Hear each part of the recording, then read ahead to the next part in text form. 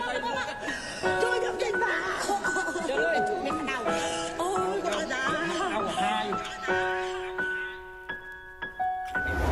ពីស្រុកត្រូវចំលៀមមកទីឆ្ងាយឃ្លាតពីយាយឃ្លាតពីតាព្រោះសង្គ្រាមអន្តរាយទីឋានរបស់បានសុខឥឡូវត្រូវឃ្លាតកាយថាមកដល់ជំរំធ្វើខ្ញុំនឹកផ្ទះដល់ឡាយឃ្លាតពីភូមិឃ្លាតពីស្រុកត្រូវចំលៀមមកទីឆ្ងាយឃ្លាតពីយាយឃ្លាតពីតាព្រោះសង្គ្រាមអន្តរាយទីឋានរបស់បានសុខឥឡូវត្រូវឃ្លាតកាយថាមកដល់ជំរំធ្វើខ្ញុំនឹកផ្ទះដល់ឡាយ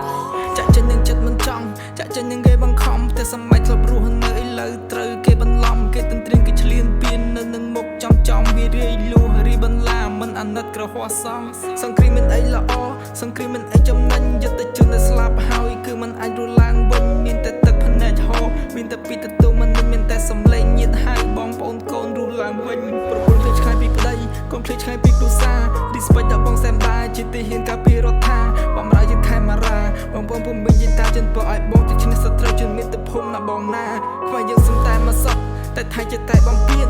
រាប់រយឆ្នាំមកហើយវាគឺជាឆ្កែដែលអត់ឃ្លានវាចេះតែលួចចេះតែបន្លំចេះតែបង្កបង្កើតសង្គ្រាមជាបរិមាណមិនដែលនឹងខ្លាយពីខ្មែរអង្អាច fuck you ចោលស៊ីខ្មែរ